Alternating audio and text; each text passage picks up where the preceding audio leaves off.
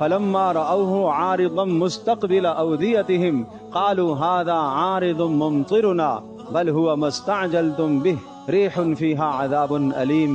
سورۃ الاحقاف میں یہ مضمون ذکر ہے کہ جب قوم عاد کے لوگوں نے بادل کو اپنی وادیوں کی طرف آتے ہوئے، بستیوں کی طرف آتے ہوئے دیکھا اور آسمان کا رنگ بدلتے دیکھا، بارش کا موسم دیکھا، خوش ہو گئے، کہنے لگے ھذا عارض ممطرنا، یہ رہا بادل، بس برسے گا اور ہماری کھیتیاں سیراب ہوں گی اور سرسبز و شاداب ہو جائیں گی اور ہماری ضروریات پوری ہوگی۔ ھذا عارض ممطرنا، یہ آیا بادل، بس برسے گا اور ہماری ضرورت پوری ہوگی۔ حضرت ہود علیہ السلام جو ان کے پیغمبر تھے، انہوں نے ارشاد فرمایا بل ہوا ما استعجلتم بہ، نہیں یہ بارش نہیں ہے، یہ وہ عذاب ہے جو تمہارے گناہوں کے نتیجے میں آ رہا ہے۔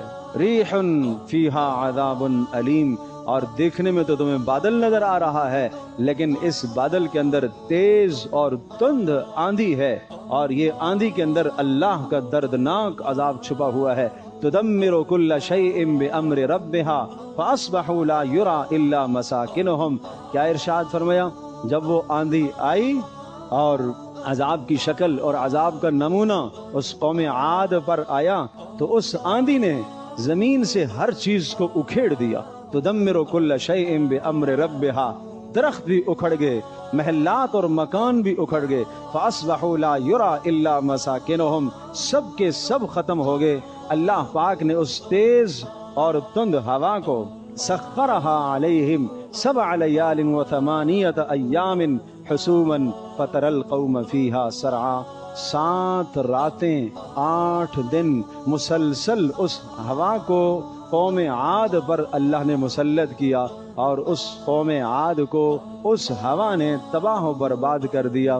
سب کے سب زمین سے اٹھے فضاؤں میں، اور فضاؤں میں پھر آپس میں ٹکرائے، انسان، جانور، درخت آپس میں ٹکرا رہے ہیں۔ قرآن کہتا ہے فَهَلْ تَرَى لَهُم مِّن بَاقِيَةٍ، بڑے بڑے قداور تھے، جیسا کہ کھجور کے لمبے لمبے تنے ہوتے ہیں، كَأَنَّهُمْ أَعْجَازُ نَخْلٍ خَاوِيَةٍ، کھجور کے تنوں کی طرح، لیکن کوئی بھی اب ان میں باقی نہ رہا۔ اللہ کے عذاب کے سامنے کوئی بھی نہ ٹھہر سکا۔ پیارے پیغمبر صلی اللہ علیہ وسلم کو یہ قوم عاد کا منظر یاد آتا تھا، اس لیے آپ ہوا کے وقت جب ہوائیں چلتی تھی تو آپ علیہ السلام اس لیے پریشان ہو جاتے، اور جب بارش مکمل ہو جاتی اور عافیت کے ساتھ بارش ہوتی تو آپ علیہ السلام پھر خوش ہو جاتے۔ تو حضرت عائشہ رضی اللہ تعالیٰ عنہ کے پوچھنے پر آپ نے یہ حوالہ نقل فرمایا۔ تو ہمیں اس سے کیا پتہ چلا کہ جب بھی بارش کا موسم ہونے لگے، ہوائیں اور آندھیاں چلنے لگیں، تو جیسا رسول اللہ صلی اللہ تعالیٰ علیہ وسلم اللہ کی طرف رجوع کرتے تھے، اسی طرح سے ہمیں بھی اللہ کی طرف رجوع کرنا چاہیے۔